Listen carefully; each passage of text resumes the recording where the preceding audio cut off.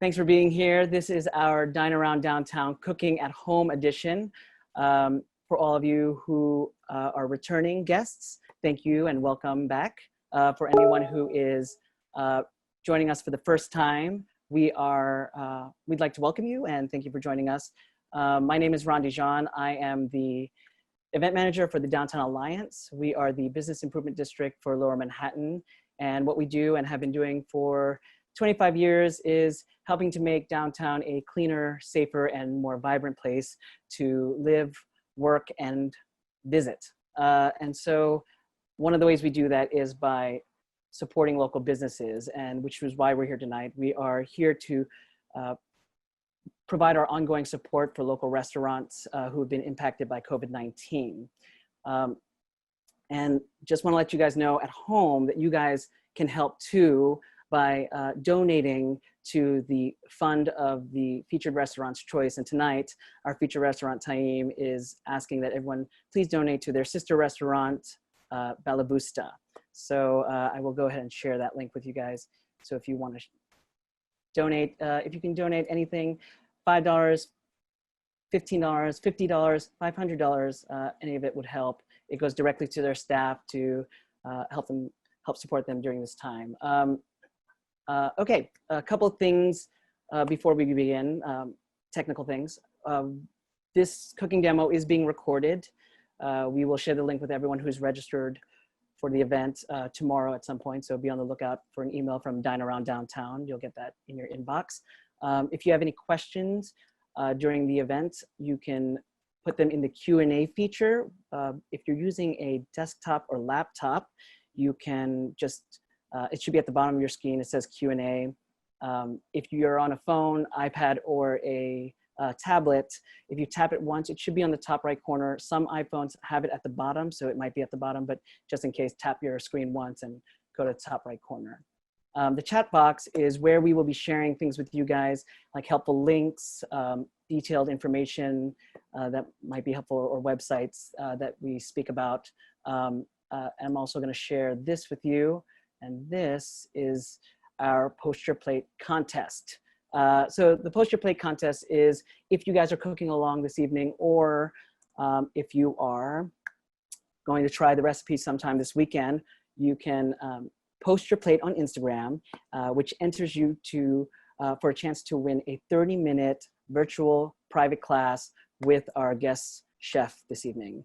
So go ahead, share your Instagram posts. Let us see your masterpieces. We'd love to see them. Okay, I think that's pretty much everything on my list. So I'm going to go ahead and introduce our host tonight. He is an award-winning chef and author. He's the one, the only, Rocco DiSpirito. Hello, everybody. Welcome to Dine Around Downtown 2020 Cooking at Home edition. For the balance of 2020, we will be hosting these from time to time from home, multiple homes actually, my home, the chef's home, and of course the home space of the Downtown Alliance, which is an important private-public partnership that is doing a lot of work behind the scenes to improve the quality of all of our lives in the downtown area. We rely on many city agencies in the restaurant industry to, for the most part, improve the quality of our work experience, our ability to interact with our customers. They help us market to customers. They help us interact with other people in the restaurant business. They do a lot of good work and really support us in ways that are invisible to the public. So I just want to take a moment and thank the people from the Downtown Alliance for producing this event and our past two events, which were really fun and really successful. Today, I have the pleasure of working with someone who I've already worked with in the past.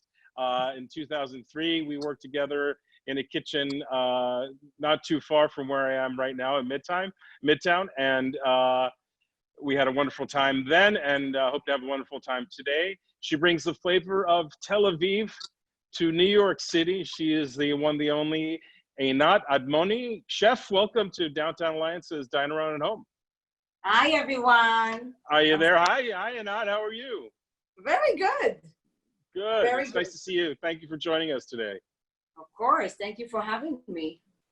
Now, if I know anything about you, I know you've prepared an ambitious menu for us today. So why don't you give us a small snapshot, and then we'll let you get into cooking and watch how you do it. Yeah, it's not very ambitious. It's simple and delicious. You always say that, but there's a lot of work that goes into the type of food that you do. A lot of love, a lot of tricks too. We want to see all those tricks. Sure.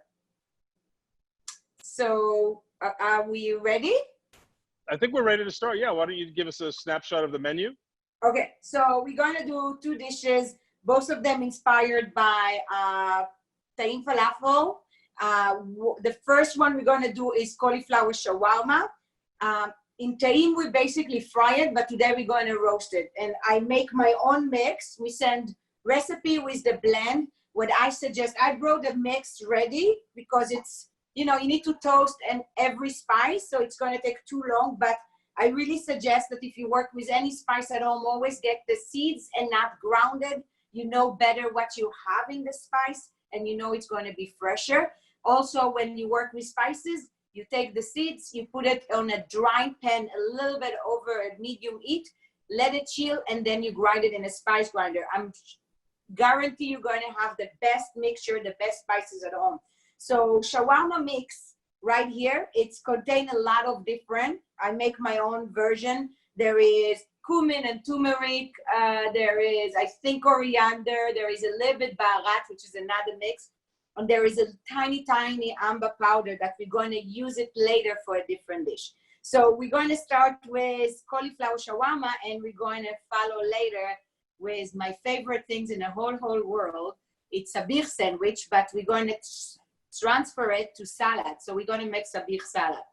What kind of sandwich? What kind of salad? So it's called sabich. And sabich, okay. Sabich, and it's an Israeli, Iraqi, kind of creation that started by a guy that came from Iraq to Israel and start making something that they used to eat on Shabbat in a pita, and everybody loved it, and it's became kind of a staple in Israel.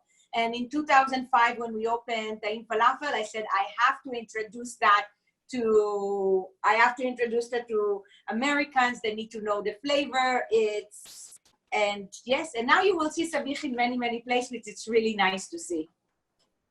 Can't wait to see it. I've heard the term sabich. I don't think I've ever seen it prepared live and in front of me. Hey guys, I just want to remind you that there is a post your plate contest. If you cook along with us today or any day after today for the next several days, if you post a picture of the plate that you prepare, of course it's got to be Chef Einat's recipe, and tag us, we will pick our favorite, or Einat will pick her favorite, and the winner gets, I believe, a cooking lesson.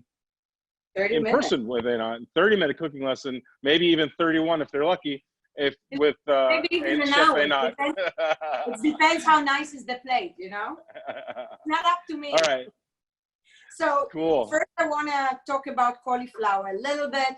So a lot of cooks I saw cut it in the middle. Please don't do that. We start from the core right here. So we want to basically break it. It's full of flowers, yes. And basically we want to cut it in a way that we break it easily. So we're going to do just like that. And I'm going to break it with my hand, just like this. And you need to know as well that when you're going to roast it later, it's when you roast it later, it's going to shrink a little bit in the oven. So just be sure you don't do too small of florets. Now, Chef, are you going to blanch this before you roast it, or No. Are you okay with roasting it dry like that? Just roast like that, yes. Okay, all right, yeah. Even when I fry it at the restaurant, sometimes I make like a small, this is kind of the size. Yeah. And I do rice flour butter. So it's get very crispy and keep it gluten-free. You toss it in rice flour batter? Yes, just like rice a brown flour, rice or a white water, rice? Okay. salt. Oh, That's terrific. Wow. So that's Sounds in a delicious. restaurant. That's in a restaurant. But here we're going to save the frying, you know. I'm in a Brooklyn apartment. I'm trying to not to fry too much here. Okay. So, and you can use that. Sometimes I shave just the inside and I shave it. You can make coleslaw. You can cut it and put it together with the florets. And it's 100% edible. It's great. Makes a great puree if you want. sure. Sometimes you can take a few of those if you have them left over and just blend them until they become a soup in your blender. If you have one of those fancy Vita Preps. I do. You know, it's so That's funny. the Do you one remember thing- when we first saw the Vita Prep? It was like the holy grail. Maybe there was one every 10 restaurants, and now everybody has them at home. It's funny because that's the one thing I tell that home cooks that really like to cook, that this is a mandatory before anything else. Yes, absolutely. For me, it's absolutely. the first things. Yeah. So I'm gonna have a little bit more black pepper, and then we're gonna have our salt. We have all accurate recipe there. Salt, super easy recipe. Then I have shawarma mix here. Yeah. Nice. And then And the link that we just posted has all the ingredients. yes. So, and then we're going to take some honey. Just maybe, I think it's a teaspoon or tablespoon there. And then, and then we're going to have some olive oil. There's an active link in the chat box right now with the recipes and all the ingredients. And then we're going to mix it. Chef, I get a lot of questions about honey. Do you have any preferences when it comes to honey? Always try to get local honey, you know, that's the best way. Local, okay. That's a So great. any local great honey would be great. And there is so many right now. Some of them very strong, so I would be careful, but local honey, if you want, like, yeah, I think that's super important. So that's I'm also a big fan of raw honey, the honey that hasn't been processed by heat. Yeah, it's a little harder to find, but. Yeah, so you're going to make shawarma, as in the shawarma that we're used to, which is layers of meat that is cooked in a vertical. That's what you're going to make with the cauliflower? Yes, so that's the flavor. Amazing, amazing. So that's the flavor. So basically now it's mixed. We're going to put it on a sheet pan. And the reason I don't put a parchment or seal pack is because it's going to steam it. So I want to get a really nice char and crispiness. We're going to probably mix it after like 15 minutes. I reheat my oven to 400 degrees, and I just going to put it now. All right, so very high heat. Yeah. And remember at home that sometimes your ovens are not calibrated. So 400 degrees could end up being 500. Keep an eye on it, obviously, supervise it so it doesn't get too brown. Or you just get a very cheap and simple thermometer and just check it. I think it will be very useful for a lot of grilling, a lot of different things. Okay, now. Fantastic. So now we're going to do my favorite things. But I don't know, my old chef Rocco teach me to clean before I continue. Please don't bring up anything that I taught you to do now. You've way surpassed that time. I learned the best pasta over there. Best pasta. All right. So sabich. So usual, I want to just explain you a little bit. The sandwich going in a pita with sliced fried eggplant, and we're going to talk about eggplant as well because it's important. And then there is hard-boiled egg. This egg I made just like 7 minutes, so it's super soft. I won't like to have a little bit runny egg yolk. In a real sabich, it's actually overnight egg, so it's super hard and brown. In the real one. And then we have there sometimes hummus. Overnight eggs are brined or boiled or? No, they just, so this is a very, I would say Mizrahi Jew things. I grew up as a Af Yamanite. I grew up with Shabbat morning. It's a lot of different dishes, but we have the hard-boiled eggs that have been for 12 hours overnight. And what my mom used to do is just take some peels of onion, put it with a little bit water, and just keep it like that in a cover pot. And it's become really, really nice. It's like 5,000 years egg, but without the sweetness. Wow. But Okay. it's super interesting, and I love it. And when I And open this is, of course, because you can't cook during those 12 hours, right? yes, Okay. absolutely. And then the funny thing is that in 2005, when I opened Taïm and I want to do this eggs for the sabich, people Yes. really got scared of it. They said, "Oh, it's brown. It looks rotten. It looks stale." I'm like, okay. I moved back to white. You were like, chill, please. Yeah, it changed. Listen, the world is changed with food. It's like people so much more, you know, open to it, and Yeah. yes, it's different. So some of the sabich usual have as well slice of potato. In my sabich, in the sandwich, I don't do that, but in the salad, it's working so well. So I'm going to start with the sauce, which is the Amba aioli. Amba is a fenugreek and green mango, like pickled and kind of a chutney. And it's super delicious. If you never heard about Amba, go and explore that spice. You can get it as a sauce, ready-made, and you can get it as a powder. I brought a lot. And it's like kind of yellow. There is like chunks of the green mango inside. There is coriander, turmeric. Sounds delicious. It is delicious because it's like kind of a flavor that people not very aware. They have tanginess and spiciness. It's really delicious. So we're starting with the Amba aioli. We start some Amba powder. It's getting also, because the fenugreek inside, so it's getting like gooey, you know, when you use fenugreek, it's getting thicker and thicker. So you want to be sure. I have here a little bit orange juice. And we're going to kind of make slowly before we're going to move and put some mayo. I have a little bit of, what do we call that? Lemon juice. Mm-hmm. And you don't need much salt. It's already very salty. I'm just going to put a pinch. I have a little bit honey inside, local honey. Okay. The honey became local all of a sudden? You see? I just Amazing. Amazing how you did that. Yeah, and a little bit turmeric, just first is healthy and great, and but the turmeric are just to extend the yellow color. So it's like, yes. And now we're going to take these. It's called a whisk.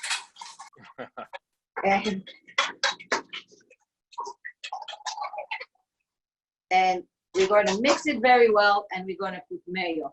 If you want to do your own aioli, so good luck. And no, I do sometimes. It's just like the shelf life is so short, and it can be dangerous, especially in a restaurant. But for certain things, I would do. For this, and there you is really so need much to have that flavor blender. Okay. So I want more turmeric. So guys, you have all the recipe ready, accurate for my cookbook. So, and they send you all home. Okay, here. Okay, we're going to let this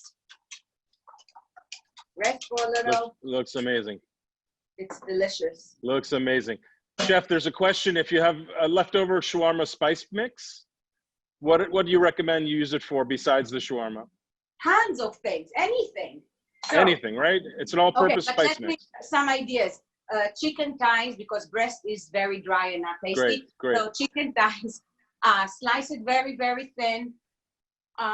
Put some, you can marinate before with that shawarma mix. Caramelize a lot of onion and just saute that with the shawarma mix with caramelized onion, and you have like homemade shawarma with chicken.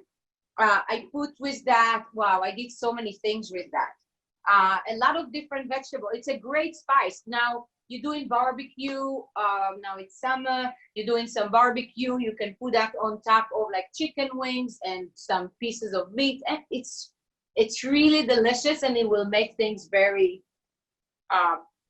better. Interesting and better, yeah. Sounds like a great utility player.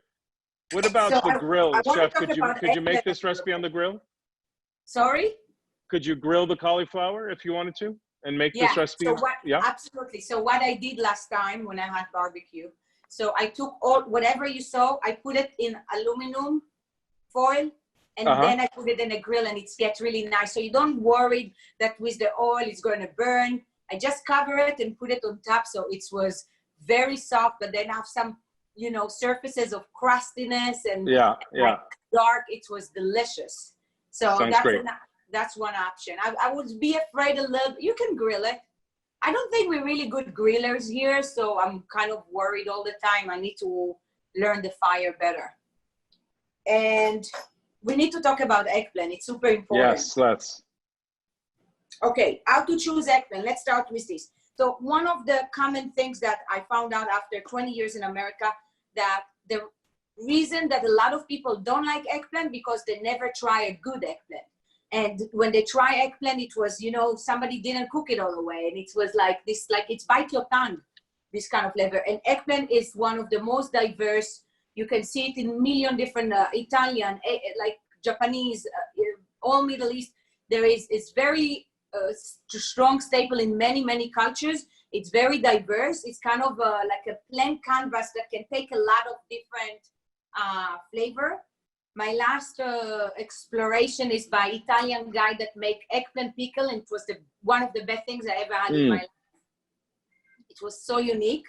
And there is 3 ways, okay? I'm sure there is more. There is steaming, but I don't want to talk about steaming. There is 3 ways how to cook it. Before that, I choose eggplant by color. So this is not a perfect eggplant. You want this color. It's like kind of a very dark purple. You want the skin to be very tight. You don't want bruises. Yeah. If it's very heavy, I believe it's a lot of, if it's very heavy, it's a lot of seeds. So I want a very light eggplant. This is kind of okay. Now they have some problem with eggplant. So it's hard to find a good one. But also they're talking about female and male. So the female will be a long one and the male going to be a round one. But I wouldn't go there. I would just check by the color, by the skin, how tight, and if you have bruises, and the weight. Another thing, when you get eggplant home and you realize that you can't cook it today or tomorrow, the first things you do, you're going to take a plastic wrap and tie it over the skin and keep it.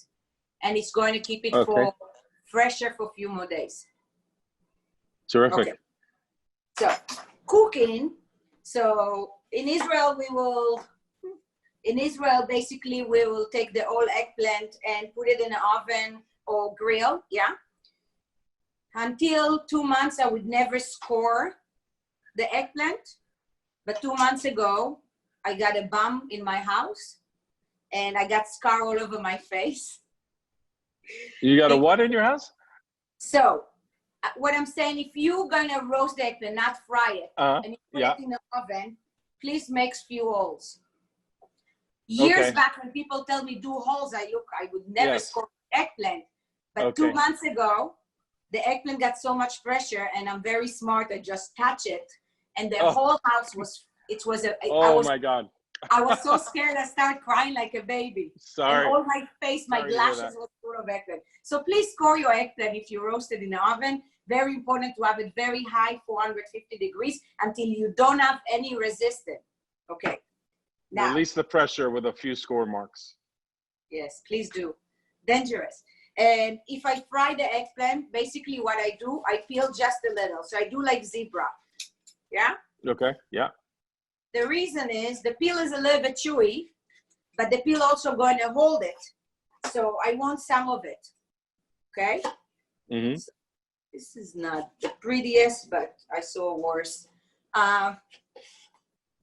Okay. So basically I will cut it like, this is for frying or roasting. I would cut it around 1-inch cubes. I will put it right. So you don't need to be precise here. You just big chunks. No. Got it. Yes, big chunks. You know it's going to shrink a lot in the fryer. Now it's super important, especially eggplant like that. You see all these seeds, the dark seeds. I don't like that. So especially with eggplant like that, what we are doing. Wait. Okay. We're going to put it in a colander with some salt And basically what we do is kind of cure it, but it's not, the idea is not to cure the eggplant, it's just to take all the bitterness out. We take some salt, we mix it well, we're going to put it away. So this you need to prepare a little bit beforehand. And I already fried my eggplant, but that's the way to do it right. When this is maybe after 20 minutes to 1 hour, you see that it starts releasing some liquid. You just take it and dry it with towel, paper towel, before you're going to fry it. So even 15, 20 minutes is impactful, right, Chef? You just want to see that it starts like to weep. Yeah, and dripping To and weep. Yeah. So yeah. Chef, we have a couple of questions about eggplant. Sure. Do you mind if I ask? Plastic wrap, do you have to cover the top as well, or just the bottom of the eggplant? I would wrap everything, but usually this one you don't have to. I want the skin to be tight. It's going to keep it for longer. Got it. And do you keep it refrigerated until it's used? I would Barbara keep it Caputo refrigerated. wants to It know. depends. Now it's too hot for outside. In a winter time, I wouldn't. Yeah. Thank you, Barbara, for the question. And there's some questions about salting the eggplant. I've found it, even in Italian cooking and French cooking, salting the eggplant makes a big difference, huge difference in the final outcome.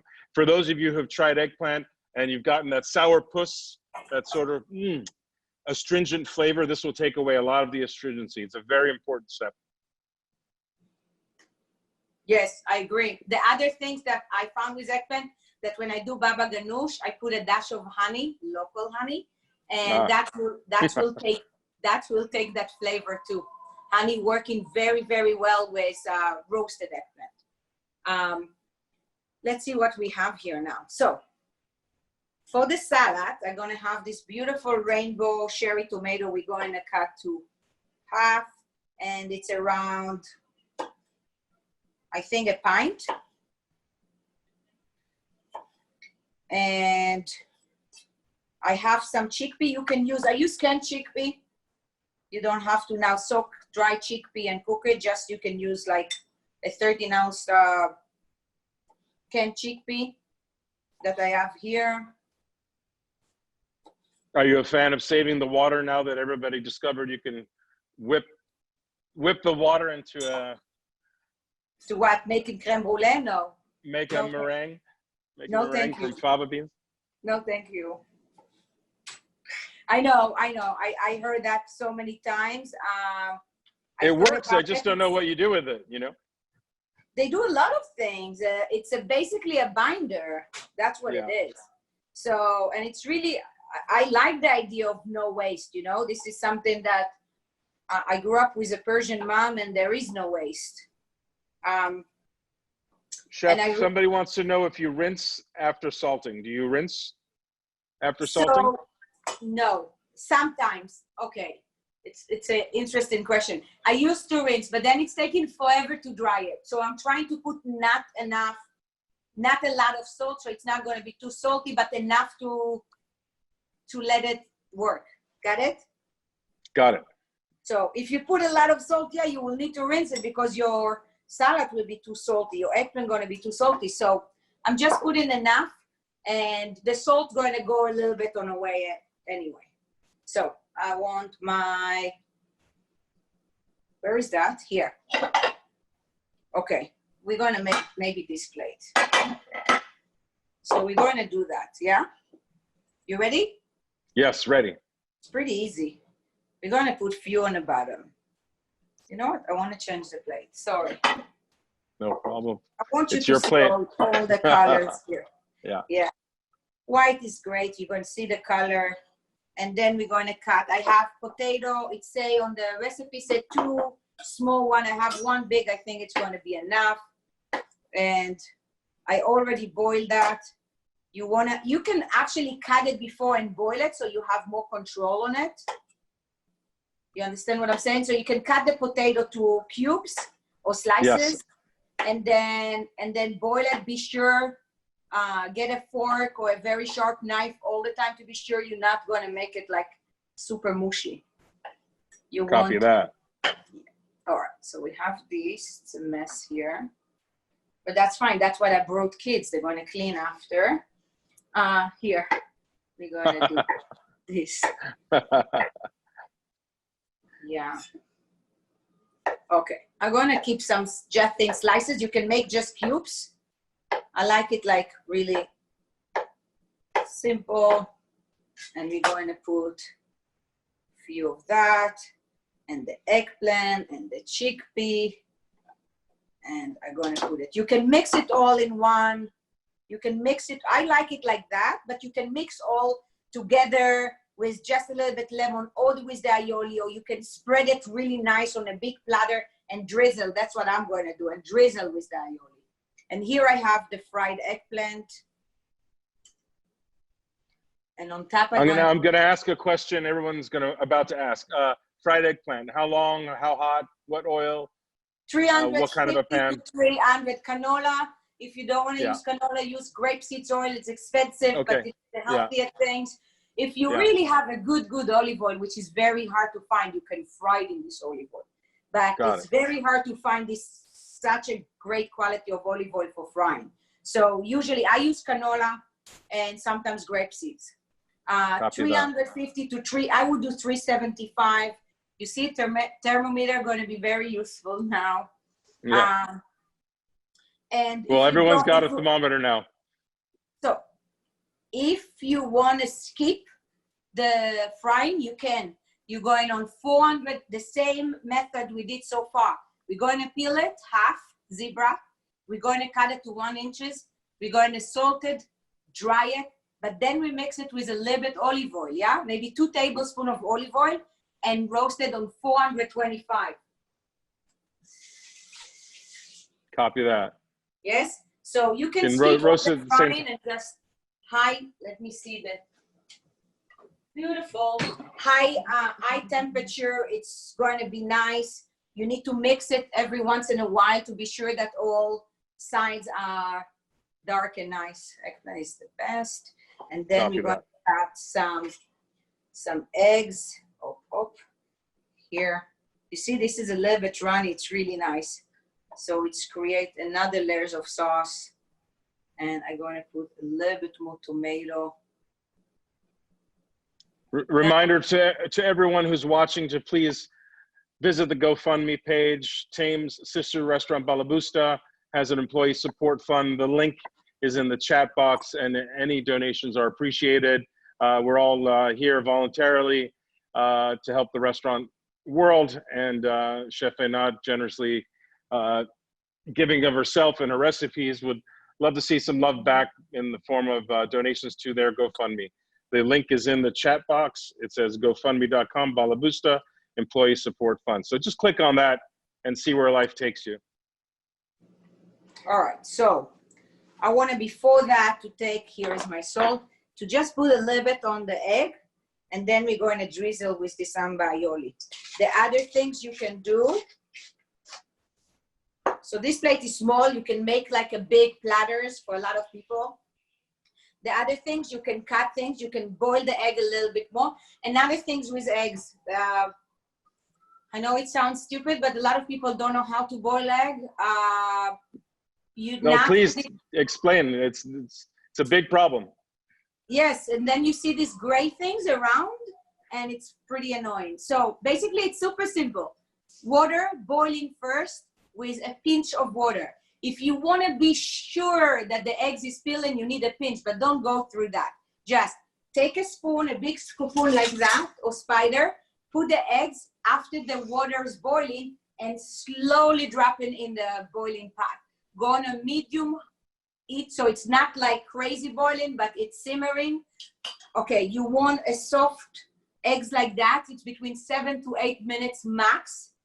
And of course, if you have 20 eggs, it's going to take a little bit longer. So when we're talking about small pot with 4 to 6 eggs, it's perfect. 7 minutes, it's for soft eggs. And I put around 12 minutes for hard boil. You take it out, you take the hot water, put cold water, wait a second, be sure it's not hot anymore, and then you peel. You're never going to get this circle of gray around the egg yolk. Yeah. So those look beautiful. They look perfect. So here we're going to take this. You see, it's already got thicker. And you can just put a little bit water if it gets really thick. And what I do, I just go in a drizzle. Chef, there was a question about the mayonnaise. Just to confirm, this is a store-bought mayonnaise, right? Yes, yes. You didn't make your own. Got it. No, but I can teach you, but it's tough. And I don't see a reason for this specific, for few of my aioli, I don't see a reason because they have so much flavor that the flavor comes first, not the mayo. When you do fresh aioli with the garlic and it's just that, I can understand why to start from scratch, but for this, it's less... We'll get to that in season 2. Again? We'll get to that in season 2. Yeah, exactly. Season 2. I know. You need to practice on how to boil it. Exactly, yeah. So I just going to garnish it. The other things, you can just take everything, cut to cubes, like an egg salad, like a potato salad, you know? Just cut to cubes, everything, mix it with the aioli, and just serve it like that. They're going to be as delicious, if not more delicious, because you're going to get everything in one bite. So, But the way you've layered it is super interesting. I like when you get different combinations of flavors in every bite. Yeah. All right. I like that. So, this is a salad. Beautiful. Look at that. You have eggplant, fried eggplant, soft-boiled egg, chickpea, cherry tomatoes, hard-boiled potatoes, and Amba aioli, and garnish with parsley or cilantro on top. You can chop it, the parsley, if you want, and then just drizzle on top. If you don't like cilantro, or some of you have these soapy things going on for you when you eat cilantro, just put parsley. Absolutely beautiful. Looks like an all-day dish, the kind of dish you can eat breakfast, lunch, and dinner. Yeah, I like that. Yeah. This is what I said. I'm going to make simple things today, but with a lot of flavor. That's what I want. And something that is like friendly and something I want to now take a bite, but I'm going to check now the cauliflower. Okay. Okay. There's a question about Amba powder. If you can't find Amba powder, what can you use instead? My answer is always Amazon.com. You can find everything. I can find your social security number in 30 seconds on the internet. So you can find Amba powder. Yeah. Chef, there was a question. Can you use masala spice instead? Yes, that's my name. Good. Who is that person? I want to let me find them. Let me find their name. So you can use like kind of masala. Judia I'm trying to see what. Sorry, Rocco. What are you saying? It's either Gudia or Judia. I'm not sure of the pronunciation, but that's who asked the question. Okay, so that's what I did last time. I took non-masala. I took just like an Indian curry, the yellow one, which also contained fenugreek inside. It's a little bit different. And I just make it a little bit more acid. So I put a little bit more lemon. And it's similar. It's not exactly like Amba, but it's very similar. And as you said before, you can find Amba anywhere. If you cannot find the powder, that's fine. Just get the sauce. And it's like you do more or less the same things, and it's going to come out delicious. So Amba, it's getting easier and easier to find. You know, 15 years ago, I used to bring everything from Israel. I don't need anymore. Nothing. You can find anything here. So I made Amazon. Amazon has absolutely everything now. Absolutely everything. That's true. That's true. I made some tahini to cover the cauliflower. One of my favorite tahini, I make a regular tahini, tahini sauce. But one of my favorite tahini with the cauliflower is roasted red pepper tahini, which basically just, I take some roast pepper, put it in the oven until it's blister, you know, and peel it, and then put it with tahini sauce with a little bit paprika, local honey, and of course lemon, garlic, and make it super red, and it's have like sweetness into it, so it's really accommodate this a lot of flavor in the shawarma. So this is my favorite. Today I made just a simple tahini to go with it, which is raw tahini, garlic, a lot of lemon, salt and pepper. That's it. The easiest things to make. You can make it in a Vitamix. Where is my Vitamix? Uh-oh. Seriously. Somebody stole my Vitamix here. Alert the authorities, the Vitamix is missing. Wow. So I'm gonna take that out. Okay. So that's the sabich salad right there on the right, right? Yeah. And Yes. and is that a sandwich or just eaten as a salad? So this is like that. This is, I just Okay, got it. Got it. Basically, I took the famous sabich sandwich and make a salad out of it. So Terrific. the way I think about it, the hummus, I make just all chickpea instead of the hummus in a sandwich. The Israeli salad, it's the tomato, the hard-boiled egg became a soft eggs, the big slice of eggplant became chunks, and I just want, and the potato, some people put potato inside just like that, like slices. So I incorporate that with the salad. So I took, and actually if I want to make it really correct, I should do some pita chips on top, no? But no need for carb now. You're on the kick now too, so I'm on you gotta what? preach. You're on the healthy kick, so we gotta preach the gospel. I know. I lost 20 pounds. Low carbs. So. I know you were mentioning that earlier. It's amazing. Did you do that with mostly low carb diet or? Yeah, of course. What else? Yeah. Okay. Okay.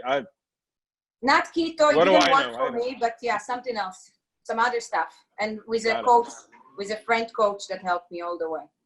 So yeah, that's what friends are for. All right. Okay, so this need to get a little bit more color, but I want to show you. Okay, let's put this here. The smells. Okay, so this is what I'm trying to get. This is already. Another thing you can do with that, you can slice a lot of onion before. You can slice and mix it before and then put it. So you're gonna have kind of resemble to shawarma, and you have another layer of sweetness with the onion. But this is what I'm trying to get all around. Can you see that? I can see, yes. All right, Nice and brown, soft in the center, yeah. tender. Yes. I want more. I'm gonna plate it, but I would like a little bit more color for that. All right. It's okay. We'll fast forward in our minds to the perfect doneness. So just imagine that it's super dark and beautiful and crispy and here like that. Okay, this is good. Yeah. Like that. And you can grill, as you said before, you can grill it. Could you fry it also if you wanted to? Yeah, so frying, you don't want bigger than this one, let's say, like that. Mm-hmm. Yeah. And no blanch, you don't have to blanch.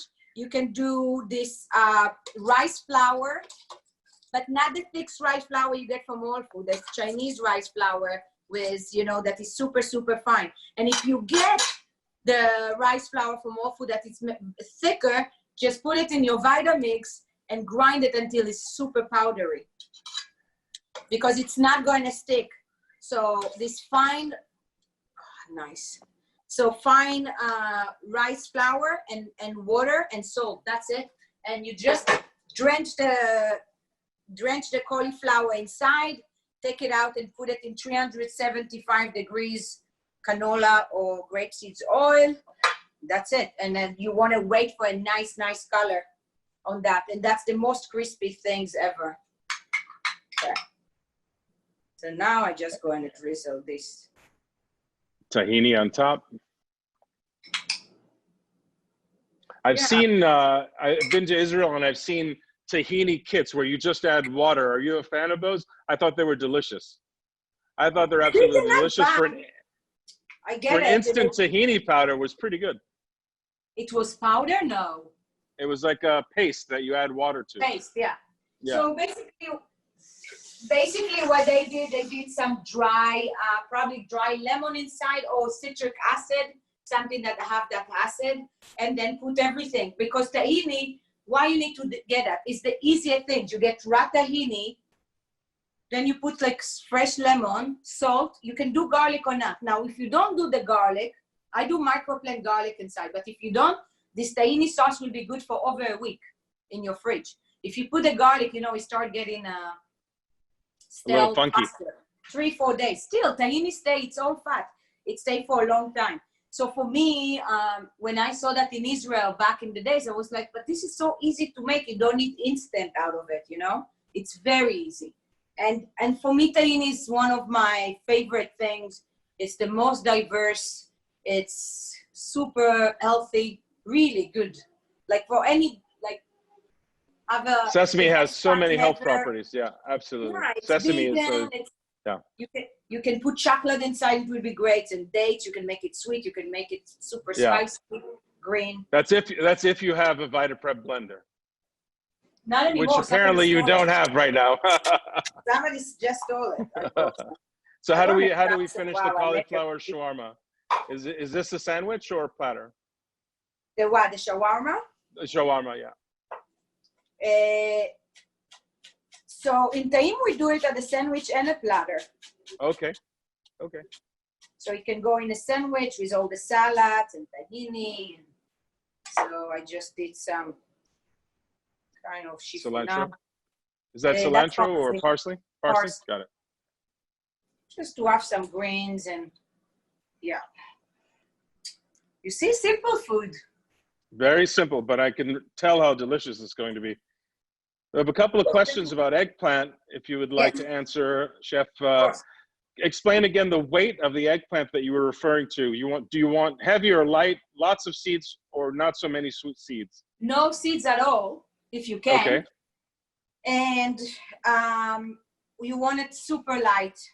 So you want it super light and super tight skin, so no bruises, and definitely no seeds. The seeds give you this like I don't know the name in English. Astringent, like that's the name. The side that makes the side of your mouth squeeze in, pucker up, right? Like pomegranate juice or like cranberry juice. It's probably going to take me another 20 years to remember that name, but that's fine. But yes, we call it like a cat, afitsut. It's like when it's bite your tongue. You know, there is few things in food like that you need to know how to treat that. And eggplant is one of those. So it's really important. And it's been ruined for many people because of that. I know. This and cauliflower, I have to tell you, it's two ingredients that I introduced when I opened Taïm, and after that Balabusta, and people said, oh, I never liked cauliflower until I ate.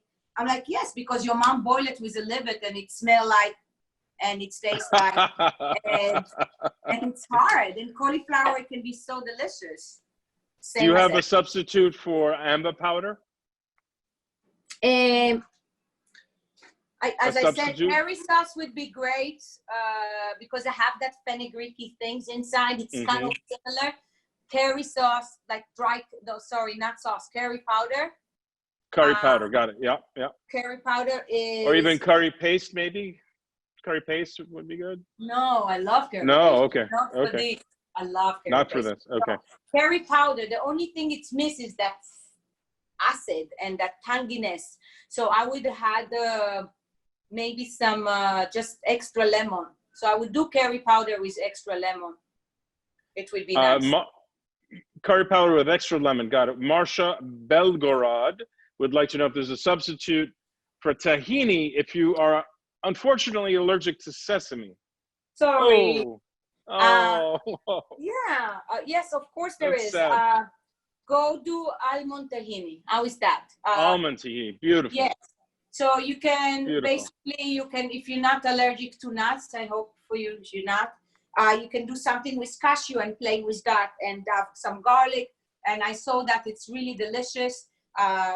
Grind almond in your Vitamix or blender and add some lemon. And there is a lot of different things. I'm trying to see other sauces. I will create some sauce maybe with some, like I did now with the Amba, with some mayo and a lot of, maybe harissa will be nice if you have at home, or some paprika, lemon. A real substitute to tahini, I'm afraid not, but almond or any other nut. But you can get close, yeah. You can get close. Yeah. Chef Einat, how about a food processor for the tahini? An anonymous attendee finds that it doesn't puree it enough. No, food processor is great. It's great. That's what I have a chef back in the years that we always fight. He never liked the Vitamix to do the tahini, always used the food processor. And I always got upset, but it's great. The only thing that when you put your garlic, be sure that or you chop it ahead before, because sometimes the food processor not going to get all the chunks, or you take something like that, a microplane, and just like to be sure that it's, you know, I don't want to go to a date, not date, I'm married for so long, but go for a date and then have a chunk of garlic, you know? So be sure just that the garlic is very, So very the old, what would be the old-fashioned way? Mortar and pestle?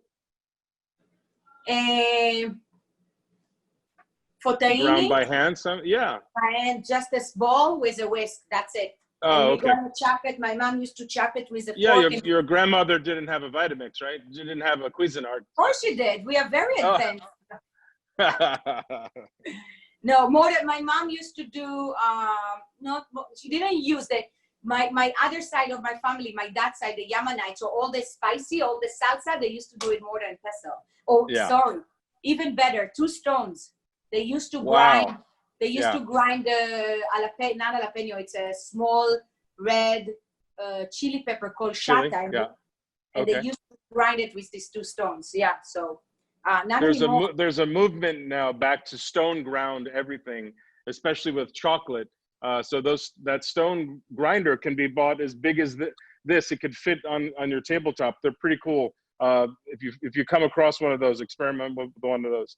Pamela wants to know if you can use almond flour. You already answered that. There's a question about raw tahini. Did you say raw tahini or tahini? I'm not sure. So this, okay, sorry. So a lot of people get confused. I have to show you. It's going to be easier that way. Please. Let me show you. This is chunky. Okay. Let me get. Wow, I'm messy. Okay. You see, There's this lots is of questions about chunky. tahini. Everybody's confused. Okay, no. This is raw tahini. This is not, it's already got chunky, you see? Yeah. It's not always like that. It can be a little bit more loose and liquidy. Raw tahini, just like that. Got it. This one, if you put the lemon juice, cold water, super important. People don't know that. Hummus, when you make hummus at home, and tahini, super ice water. Take some ice, put it in water, and then drop that water. Because tahini, as fat, you know, it's going to change the consistency in 2 hours, especially if you're going to put it in the fridge after. So it's going to get really hard. And you said, oh, but I thought it's runny. And so you want to be sure that the same consistency going to stay for a longer time. So this is raw tahini. And this is, I make a little bit runny because I want to drizzle. Usually I make it a little bit more thicker. So basically I took raw tahini, garlic, a lot of lemon, maybe for a pint, like at least 1.5 lemon, squeeze fresh juice, and then cold water, salt and pepper. You start master that because it's the best with everything, and then you can play with the tahini in a million different flavors because it's really fun, it's really healthy, and you're really going to enjoy it. Got it. So in that jar, the quote raw tahini is just the pure sesame paste. Exactly. Correct. So, okay, and then to that you add lemon and garlic, and if you want to make hummus, chickpeas. There was a question about your favorite chickpeas. Do you have a brand that you like? A brand of canned chickpeas? I have to tell you something that I found it more and more surprising. I use a lot of chickpea between few locations of Taïm, Balabusta, and now I have a place in Miami, Motec. We're doing a lot of hummus there. It's tough. There is chickpea going by region and it's going by size. Yeah. And yes. Right now I use very small, like 5 millimeter.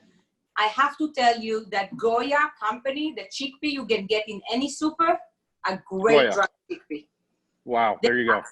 Yeah, simple. And they're great value, right? Very inexpensive. Not about the value, because chickpea is cheap. It's not something I will looking for something cheaper. It's already cheap, but they're good. They usually don't have a lot of broken and dark green and this blackheads and all that. They're pretty good. I have to say that. Like, I look for so many around. It's not what I'm buying for the restaurant because I'm buying obviously a big, massive, but for home cooks, definitely a one bag, it's can go for a long time. Another thing, if you decide to do hummus at home, don't do cans, please, because it's not as delicious. You're going to soak your chickpea a night before. It's getting hot here, sorry. And cancel. So you're going to soak all your chickpea. You want at least 12 hours of soaking in cold water. If you do it for hummus and not, sorry, for hummus, you want to put a little bit baking soda powder. It's going to break the chickpea, yeah? And the other things that I'm doing a lot, because you need to plan that. Soaking beans, you need to plan ahead. Oh, I'm making chilies. Oh, now I need to soak all the beans ahead. So what I always have in the freezer is bags of soaked beans. Soak chickpea, soak lima beans, soak everything. In the freezer? Yes. In the freezer. Oh, what a great tip. Yeah, you take it out, it's ready. Half an hour, I have the chickpea. Amazing. And I found another thing. When I cook the chickpeas from the freezer for my hummus, it's breaking down even better. Maybe it contains some water inside, and it's make the best hummus ever. The sweetest, the most, not sweet, but like the chickpeas coming out, it's really delicious. Amazing. Chef, where can we visit you and see you cooking and hopefully bump into you? Which restaurant are you opening first? And so Taïm was open, all the 3 of 6 location was open all this time, and Balabusta just opened 2 days ago. Tuesday we opened Balabusta. So right now I'm running a brand new menu, all summer menu. There is one dish from the old Balabusta, I have to say. That's it. So if you just opened Balabusta, a good chance you'll be there. That's probably where you want to try to spot Chef Einat. Balabusta is where, Chef Einat? Balabusta is 611 Hudson, and I'm in Nolita, Taïm sometimes. I'm in, yes, but right now until the menu is running, it's Balabusta. We're going to chase you around New York City. Thank you so much, Chef Einat. It's been a pleasure cooking with you after 17 years. What a thrill. It's also wonderful to see these beautiful flavors again. It's been a long time since I've played with Israeli cooking. Thank you all for attending. This is our 3rd of 6 online Dine Around at Homes. There'll be 3 more coming again in the fall on Thursday, September 17th, October 1st, October 15th. Don't forget to go to the Balabusta GoFundMe page and make a donation. All proceeds go directly to the team at Balabusta and Taïm, Balabusta's sister restaurant. And post your plate. We want to see what you've cooked. Try the sabich salad. Try the shawarma. These are delicious dishes that are so easy to make, as you saw. Post on Instagram. Don't forget to tag Dine Around at Home, Downtown NYC, Taïm Falafel, Chef Einat, and then hopefully one of you will win, and Chef Einat will give you a private cooking lesson, 30 minutes coming up soon. See you in the fall. Thank you for your support. Thank you, Chef Einat, and thank you to the Downtown Alliance for generously donating their resources and their time. They could have just said, hey, it's 2020, we're going to take this year off, but instead they went out of their way to create programming that is interesting and alive and supports the restaurant community, as they have for over 15 years. I appreciate it. I look forward to seeing you in the fall. Rocco DeSpirito, thank you very, very much. See you all again soon. Thank you.